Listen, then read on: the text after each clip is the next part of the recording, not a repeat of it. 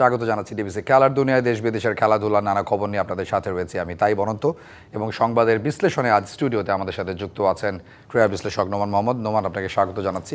হেডলাইনে আপনি যেমনটি দেখছিলেন যে সাগরিকার উইকেট আলোচনায় রয়েছে, আলোচনায় বাংলাদেশ ওয়েন্ডিজের প্রথম টি-20 রয়েছে এবং আমরা প্রোগ্রামটা শুরুর আগেই অফ এয়ারে আপনি বলছিলেন যেটা প্রশ্ন করবেন আমাকে, কবে জিতবে টি-20 ওয়ার্ল্ড কাপ বাংলাদেশ? টি-20 ওয়ার্ল্ড কাপ না ওয়ার্ল্ড কাপ ওভারঅল আর কি, কিছু একটা তো জিততে হবে আমাদের। কখনো জিতবে আমরা আমাদের জীবদ্দশায় দেখে যাব, এত হতাশ হবার কিছু নেই। কারণ টি-20 আমাদের টিমটা কিছুদিন আগ পর্যন্ত মনে হচ্ছিল যে একেবারেই ছিন্ন ভিন্ন একটা টিম, যারা ইউএর কাছেও আমরা সিরিজ হেরেছিলাম, পাকিস্তানের কাছে তারপরে গিয়ে আমরা হারলাম। তো এরপরে গিয়ে আমরা পরপর অনেকগুলো সিরিজ, 4টা আমরা বাইলেটারাল সিরিজ জিতলাম না। হ্যাঁ, মাঝখানে যে মাল্টিনেশনাল টুর্নামেন্টটা হয়েছে এশিয়া কাপ, সেইখানে আমাদের এক্সপেকটেশনটা মিট করতে পারিনি। তো আমি যদি এখন বলি যে আগামী 4 মাস পরে যেই টি-20 ওয়ার্ল্ড কাপটা ভারতে, সেই ওয়ার্ল্ড কাপ বাংলাদেশ জিতবে, এইটা বাড়াবাড়ি, কিন্তু নিশ্চয়ই জিতবে। ক্রিকেট খেলেই অল্প কয়েকটা দেশ, 10টা দেশ, 12টা দেশ, এবং তার মধ্যে এরকম গ্লোবাল ইভেন্টে কন্টেন্ডারের সংখ্যা আসলে 5-6টা। সো সেই জায়গাটাতে যখন আমরা এখন আফগানিস্তানকে আপনার এখন কন্টেন্ডার টি-20 ফর্মেটে ধরতে হবে। টি-20তে আমরা ওদেরকে 3-0-তে হারিয়েছি, কিন্তু আপনি দেখবেন যে এই 4 মাস পরে যে আমাদের ওয়ার্ল্ড কাপটা যে হবে, সেইখানটাতে আফগানিস্তানকে শিরোপাজয়ী সম্ভাব্য দল হিসাবে অন্যান্য দলগুলো, ধরুন ইন্ডিয়া, ধরুন অস্ট্রেলিয়া, ধরুন সাউথ আফ্রিকা, ধরুন ইংল্যান্ড, যেভাবে তারা ট্রিট করবে, বাংলাদেশকে আসলে সেভাবে দেখবে না। সো সেই আফগানিস্তানকে আমরা হারিয়েছি। আমরা সার্টেনলি নেক্সট ওয়ার্ল্ড কাপটা ওয়ান অফ দ্য ফেভারিট, কিংবা ধরেন হচ্ছে গিয়ে সেমিফাইনাল আমরা উঠবই এরকম অবস্থা থেকে আমরা যাব না। কিন্তু নিশ্চয়ই ওই আশা ছাড়া আর এই 8-10টা দেশের ক্রিকেট খেলার মধ্যে ওই আশাটা না থাকলে আপনি যদি দেখেন যে মানে আমরা যখন টি-20-এর কথা চিন্তা করি, বড় টুর্নামেন্টের কথা চিন্তা করি, তখন আসলে আমরা সেমিফাইনাল খেলবো বা ফাইনাল খেলবো এমন স্বপ্নটা আমার মনে হয় না কোনো স্টেক হোল্ডারই দেখে, ফ্যান্সরা তো দেখেনি না। কিন্তু আপনি দেখেন এশিয়া কাপে আমরা পাকিস্তানকে হারালেই ফাইনাল খেলতাম, আমরা টি-20 ওয়ার্ল্ড কাপ লাস্ট যেটা ছিল আফগানিস্তানকে হারালেই আমরা সেমিফাইনালে পৌঁছে যেতাম। আমরা তার আগে টি-20 ওয়ার্ল্ড কাপেও সেম সিচুয়েশন ছিল, পাকিস্তানকে 2022 সালে if I am not wrong, পাকিস্তানকে হারালে আমরা সেমিফাইনাল খেলতাম, সুযোগ অলওয়েজ আমাদের কাছে ছিল। কিন্তু ওই যে লাস্টে গিয়ে আমাদের কি যেন একটা হয় এবং তখন মনে হয় আমাদের রিয়েল স্কিলটা বের হয়ে আসে, আমরা ওই চাপে পারি না। এখান থেকে উত্তরণের জন্য মনোবিদ নিয়োগের যে একটা ব্যাপার চলছে, এটাকে আপনি নিশ্চয়ই পজিটিভ হিসেবেই দেখছেন? না, নেগেটিভ হিসেবে দেখার তো কিছু নাই। বনবিদ আসলে সেটা তো শুধুমাত্র হেল্পই করতে পারবে, তারা আসলে যে এখানে কোনো নেগেটিভ ইম্প্যাক্ট হবে বিষয়টা সেটা নয়। আপনি শুরুতে যেই কথা বলেছেন সেইটা হচ্ছে গিয়ে খুবই পারফেক্ট একটা কথা বলেছেন। আমরা কি আসলে অত বড় স্বপ্ন দেখতে পারি কিনা? দেখুন, আমরা মুখে বলতে পারি, কিন্তু হয় আমরা মুখে বললাম যে আমরা স্বপ্ন দেখলাম, কিন্তু আমাদের ক্রিকেটাররা, আমাদের ক্রিকেট টিম, আমাদের কোচিং স্টাফ, তারা কি আসলেই বিশ্বাস করে যে বাংলাদেশ অতদূর যাওয়ার অবস্থা তাদের রয়েছে? আফগানিস্তান কিন্তু করে। মানে আমি আফগানিস্তানের কথা বারবার টেনে আনছি কেন, যে আফগানিস্তানের সঙ্গে আমরা 3-0 ব্যবধানে মানে এই যে টি-20 সিরিজটা যে আমরা জিতলাম, তার মানে কিন্তু এইটা না যে আফগানিস্তানের চেয়ে বাংলাদেশ ভালো টি-20 সাইড। আমি কিন্তু এটা মানবো না, এবং এটা যে এই রেজাল্ট হওয়া সত্ত্বেও আমি এটা মানবো না। এই আফগানিস্তানের চিন্তা ভাবনার জায়গাটা দেখেন। ওই সিরিজটা শুরু হওয়ার আগে রাশিদ খান বলছিলেন যে আমাদের ওয়ার্ল্ড কাপের বিল্ড আপে এখন আমাদের অনেক কিছু দেখতে হবে, এবং সেই জায়গাটাতে যদি আমরা কয়েকটা ম্যাচ হারি কিছু যায় আসে না।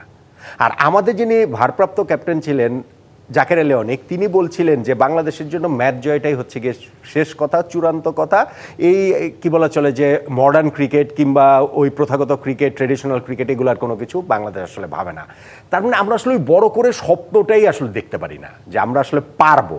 রাশিদ খানরা যে ফেল করতে পারেন ওয়ার্ল্ড স্টেজে, তারা অবশ্যই ফেল করতে পারেন, কিন্তু এই যে ভাবনার জায়গাটা যে আমরা এই বাইলেটারাল সিরিজগুলো থেকে আমরা ওই ওয়ার্ল্ড কাপের জন্য প্রস্তুতি নিব, সেই ভাবনাটা তো আমরা ভাবতে পারি না। আমরা যদি স্বপ্ন দেখতে পারতাম তাহলে গত টি-20 ওয়ার্ল্ড কাপের যে ইকুয়েশনটা এক সময় নেমে দাঁড়িয়েছিল 19 বলে 43 রান, তখন মাহমুদুল্লাহ রিয়াদ 5 বলের মধ্যে তিনি হচ্ছে গিয়ে মোটামুটি 4টা বল ডেড ব্যাটে আসলে ডিফেন্স করেন না, কারণ আমরা ওইভাবে ভাবতেই পারি না। চট্টগ্রামে কঠোর অনুশীলন সেরেছে বাংলাদেশ, আমাদের প্রতিবেদনে দেখছিলাম দৌড় ঝাঁপ এবং প্রচুর ক্যাচ ধরছে বাংলাদেশ, ফিল্ডিং করছে, ঘাম ঝরাচ্ছে, বোঝা যাচ্ছে পরিবেশের সাথে মানিয়ে নেওয়ার চেষ্টা। একটু সিরিজের শুরুতে যে বিষয়গুলো নিয়ে আলোচনা করতে হয়, উইন্ডিজের টানা 8টা সিরিজ হার টি-20-তে, যে কোনো দলের জন্য এটা বড় বোঝা। আর যে টি-20-তে আমাদের বিপিএল-এর মান নিয়ে প্রশ্ন রয়েছে, আমাদের ডোমেস্টিক আরও 2-একটা টুর্নামেন্ট রয়েছে, সেগুলোর মান নিয়েও প্রশ্ন রয়েছে, সেই ফর্মেটে আমরা সাডেনলি খুব ভালো খেলে ফেলছি। আপনি যেমনটা বলছিলেন যে আরব আমিরাতের সাথে আমরা হেরেছি, আমরা ইউএসের কাছে হেরেছি, সেখানে আমাদের 4টা টানা সিরিজ জয়ের মধ্যে অ্যাওয়ে সিরিজ জয় রয়েছে। সো এই জায়গা থেকে তো ফর্মের জায়গা থেকে বাংলাদেশ অনেক এগিয়ে রয়েছে, অনেক এগিয়ে, নিঃসন্দেহে অনেক এগিয়ে। এবং আমি মনে করি আফগানিস্তানের সঙ্গে লাস্ট সিরিজটা যে আমরা জিতেছি, বাইলেটারাল সিরিজে টি-20 ফর্মেটে বাংলাদেশের ক্রিকেট হিস্ট্রির সবচেয়ে বড় অর্জন আমি এটাকে মনে করি। ক্রিকেটীয় পার্সপেক্টিভ থেকে। আফগানিস্তান এবং বাংলাদেশ এই দুইটা দল যেই জায়গাটাতে টি-20-তে রয়েছে সেই পার্সপেক্টিভ থেকে, আমাদের ক্যাপ্টেন লিটন দাস ছিলেন না সেই পার্সপেক্টিভ থেকে। সো সব কিছু মিলিয়ে যে বাংলাদেশ এই জায়গাটাতে এগিয়ে আছে নিঃসন্দেহে। তবে আমার মনে হয় আরব আমিরাতের উইকেটটাও আমাদেরকে অনেক হেল্প করেছে। অবভিয়াসলি সেটা করেছে, কিন্তু সেটা হচ্ছে কি আফগানিস্তানের চেয়ে বেশি হেল্প করেনি, আফগানদের হেল্প করেছে তার চেয়েও বেশি। সো ওই ক্রেডিটটা বাংলাদেশে দিতে হবে। দেখেন, উইকেটের জিনিসটা ক্রিকেটে খুবই ট্রিকি এবং এইটা খুবই ইন্টারেস্টিং যে আপনারা এই ভিডিওতে যেমন আলোচনা তো করছিলেন যে উইকেট দেখছেন প্রতিপক্ষ বা নিজেদের দল গিয়েও দেখবেন। ক্রিকেট খেলাটার প্যাটার্নটাই এরকম, পৃথিবীর যেই দেশেই খেলাটা হোক মাঠের ওই 22 গজটাকে সবাই একটু আলাদা করেই দেখবেন। আমাদের এই জায়গাটা কি আমরা ওয়ার্ল্ড স্টেজে গিয়ে কম্পিট করার মতো কি না, সেই জন্য বারবার ওই আলোচনাটার মধ্যে আসে। কেননা বাইলেটারাল সিরিজে টু সাম এক্সটেন্ট বিভিন্ন সময় আমরা ভালো করি, টি-20-তে না করলে ধরুন ওয়ানডেতে আমরা ভালো করতাম, এখন আবার টি-20-তে ভালো করছি, কিন্তু বিগ স্টেজে গিয়ে আমরা আসলে পারি না। এবং সেই না পারার পেছনে একটা বড় কারণ ধরা হয় হচ্ছে গিয়ে উইকেট। যদিও আমাদের টিম ম্যানেজমেন্ট সেটা স্বীকার করে না। কিছুদিন আগে যে মিরাজও প্রেস কনফারেন্সে বলেছেন যে না, আমরা এই উইকেটে খেললেও সেটাতে কোনো সমস্যা নেই। টি-20 ফরম্যাটে আমরা ভালো করার জন্য একটু বেটার উইকেটে খেলাটা গুরুত্বপূর্ণ এবং সেইখানে চিটাগাংয়ের উইকেটটা কিন্তু মিরপুরের চেয়ে অনেক ভালো। সো এই জায়গাটাতে আমার কাছে মনে হয় যে বাংলাদেশ টিম আমরা আসলে এক্স্যাক্টলি কোথায় আছি। ওয়েস্ট ইন্ডিজের রেজাল্ট খারাপ, অবস্থা খারাপ, কিন্তু তারা তো সবসময় টি-20-র জন্য খুবই ডেঞ্জারাস একটা সাইড হয়ে উঠতে পারেন। সো বাংলাদেশের জন্য it will be good test. যে আমরা উইকেট নিয়েও একটা প্রতিবেদন দেখবো, আপনাকেও দেখাতে চাই, কিন্তু তার আগে একটু লিটনের ফেরাটাকে বলি। ধরেন একটা বড় ব্রেকের পরে ইন্টারন্যাশনাল অ্যারেনাতে ফেরাটা তো সবসময় একটু চ্যালেঞ্জিং তো রয়েছেই।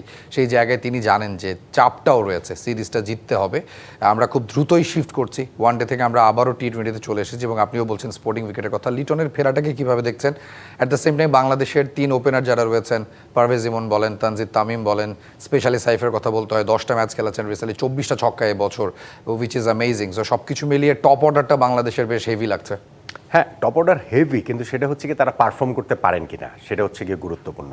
দেখেন, আপনি যখন বলবেন যে এখানে পারভেজ ইমন এবং তানজিদ তামিম, আমরা কিন্তু এই ওপেনিং পার্টনারশিপের উপরে টি-20 ফরম্যাটে অ্যাটলিস্ট আস্থা রাখতে চাই একটা বড় সময়ের ধরে।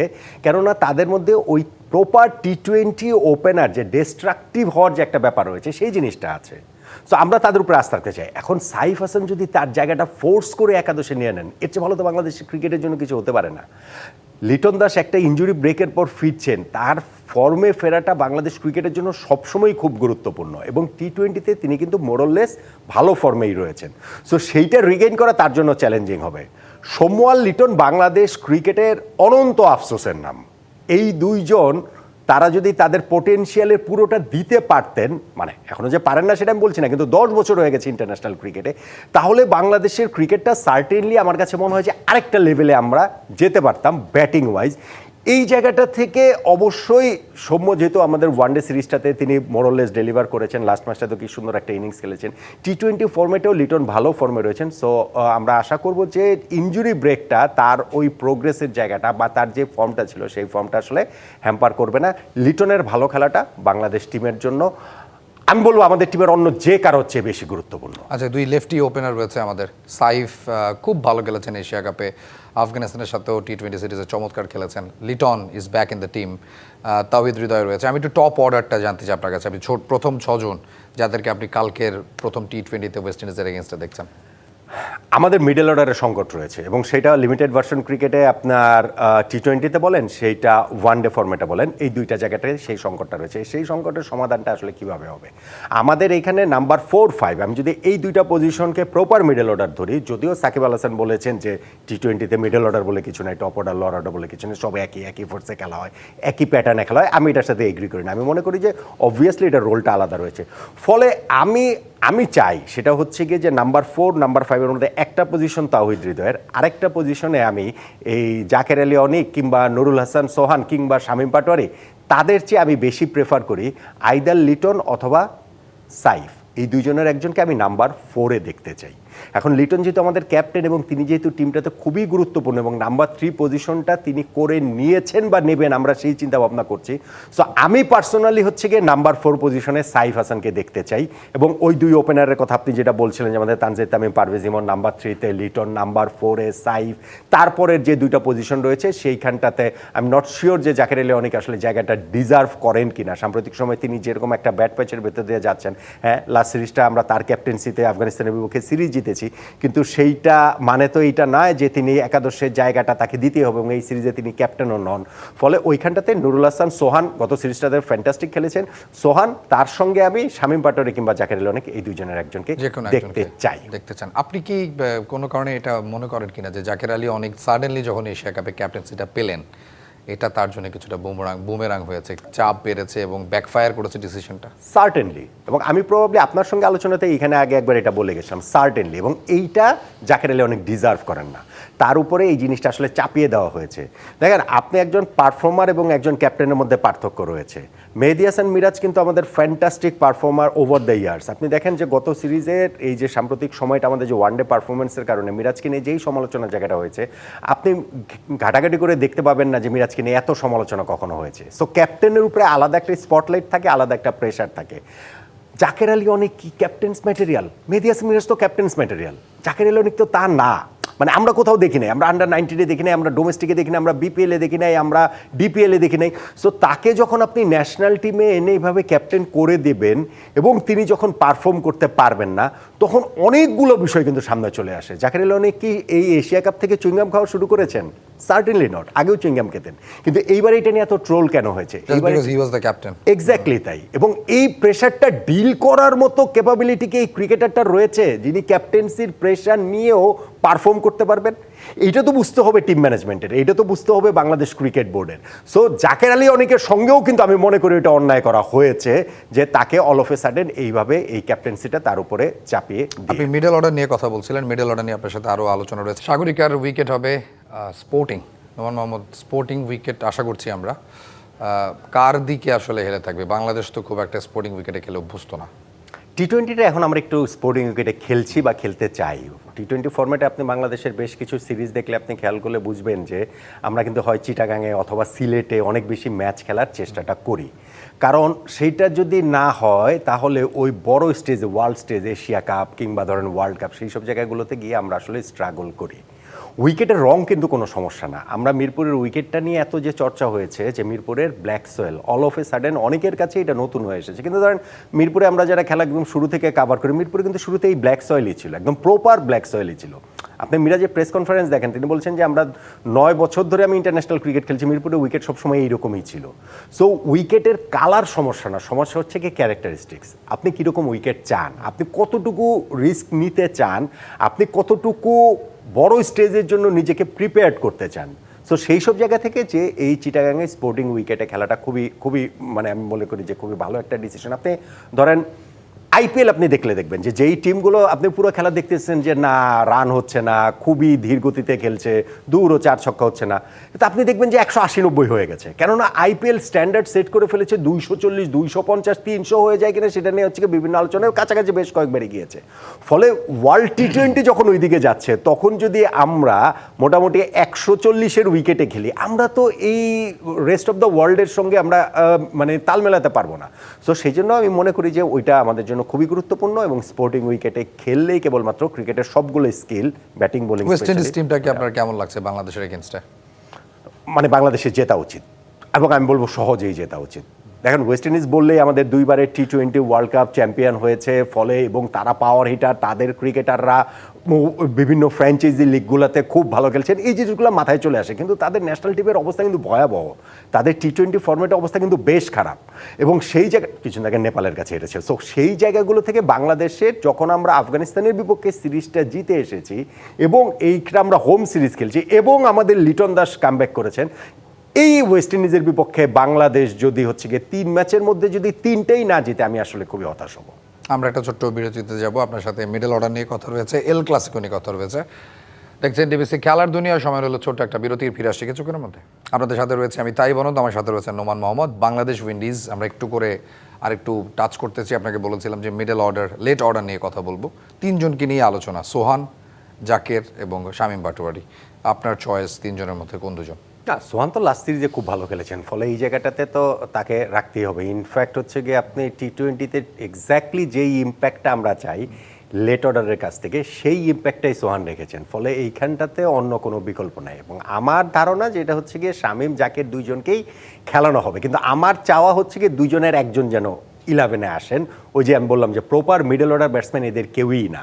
এখন প্রপার মিডল অর্ডার ব্যাটসম্যান আমাদের কেউই নেই। আমাদের এখান থেকে একটু ইম্প্রোভাইজ করতে হবে যে আমরা নাম্বার 4-এ যদি এখানটাতে সাইফকে খেলাই, এটা একটু আনপপুলার ওপিনিয়ন, অনেকে আমার সঙ্গে এগ্রি করবেন না, কেননা হচ্ছে গিয়ে সাইফ এত ভালো খেলছেন সাম্প্রতিক সময়ে, ওই যে ছক্কা মারছেন, ছক্কাটা কিন্তু তিনি পাওয়ার প্লের বাইরে গেলেও কিন্তু ছক্কা মারলে সেটা ছক্কাই হবে, এটা কিন্তু ফিল্ড রেস্ট্রিকশনের কোনো ব্যাপার নাই। ফলে ওই ইম্প্রোভাইজেশনটা আমরা আসলে একটুখানি করাটা উচিত বলে আমার কাছে মনে হয়। এবং আমি সত্যিকার অর্থে জাকের আলী অনিক এবং শামীম পাটোয়ারি দুইজনের পারফরমেন্সই ডিসঅ্যাপয়েন্টিং, এবং তারা যেইভাবে ন্যাশনাল টিমকে কন্ট্রিবিউট করার কথা, যেই স্কেলে করার কথা, সেইটা কিন্তু আসলে তারা করতে পারছেন না, সেইটা তারা করতে পারছেন না। আমরা একটু বোলিং অপশনটাতে যেতে চাই। আপনি 7 জনের কথা বলেছেন উপর থেকে, বাকি 4 জন, 4টা বোলিং অপশন কে কে হতে পারে? রিশাদ তো obvious choice, Rishad obvious choice, এবং আমার কাছে মনে হয় যে শেখ মাহেদিও অবভিয়াস চয়েস। এই দুইজন আমাদের বোলিংয়ের যে হিসাবটা আপনি যদি করেন, তাহলে হচ্ছে গিয়ে এই ফরম্যাটটা বিবেচনা করলে তাদেরকে আপনার রাখতেই হবে। হ্যাঁ, আমাদের এখানে নাসুমও রয়েছেন, কিন্তু আই এম নট শিওর যে চিটাগাংয়ের উইকেট আসলে কতটা স্পিন ফ্রেন্ডলি হবে। যেহেতু আমরা স্পোর্টিং উইকেটের কথা বলছি, সেই জায়গাটা থেকে আমার কাছে মনে হয় যে আমরা হয়তোবা 2 স্পিনারের দিকে যাব। আর পেস বোলিংয়ে আপনার সিরিজে যখন প্রথম ম্যাচ, তখন আসলে ঠিক রেস দিয়ে খেলাবো অথবা একে ওকে ঘুরিয়ে খেলাবো, ওই রকম অপশনের জায়গাটা নেই। তো আপনার এখানে মুস্তাফিজ এবং তাসকিনের দিকে যেতে হবে। আমার কাছে যেটা মনে হয় যে আমাদের বোলাররা স্পেশালি ধরেন ইভেন টি-20 ফর্মেটও, ওয়ানডে ফর্মেটও ভালো করছেন, আমাদের টেস্ট ফর্মেটও খারাপ করছেন না, কিন্তু টি-20 ফর্মেটে তারা ট্রিমেন্ডাস করছেন। জাস্ট আমাদের ব্যাটসম্যান, আমাদের ব্যাটিং ইউনিটটা যদি তাদেরকে ওই সাপোর্টটা দিতে পারে, তাহলেই কিন্তু বাংলাদেশের এই জায়গাটাতে আমি মনে করি যে আমরা আরও অনেক ভালো রেজাল্ট আমরা আসলে পেতে পারি। এখন টিম কম্বিনেশনের ওই জায়গাটা ইন্টারেস্টিং হবে। আমরা কি আসলে 7-4 কম্বিনেশনে যাব, নাকি আমরা 6-5 কম্বিনেশনে যাব? আমাদের একজন সাকিব আল হাসান না থাকাটা বিভিন্ন সময়ই বাংলাদেশ ক্রিকেটকে মনে করিয়ে দেয় যে একজন সাকিব নেই, এবং সেইটা যখন আমরা 11 সাজাই তখন আমাদেরকে প্রবাবলি সবচেয়ে ভালো করে মনে করিয়ে দেয়। আপনি দেখেন যে একজন সাকিব যদি থাকতেন, তাহলে আপনি একজন এক্সট্রা বোলার কিংবা একজন এক্সট্রা ব্যাটসম্যান খেলানোটা এফোর্ড করতে পারতেন। এখন আমরা সেটা পারি না, দুজন লাগে সেখানে। আমাদের লাগে, আমাদের প্রপার যেহেতু হচ্ছে গিয়ে ওই আমাদের ওই টিমটার কথা ধরলে ধরেন সাকিব আপনাদের সেই অপশনটা আমাদেরকে দিত, ইভেন ধরেন আমাদের ওইখানটাতে মানে মিরাজও একসময় সেই অপশনটা দিত। আমি ওয়ানডে ফরম্যাট, অন্য ফরম্যাটের কথা বললো সেটা বলছি।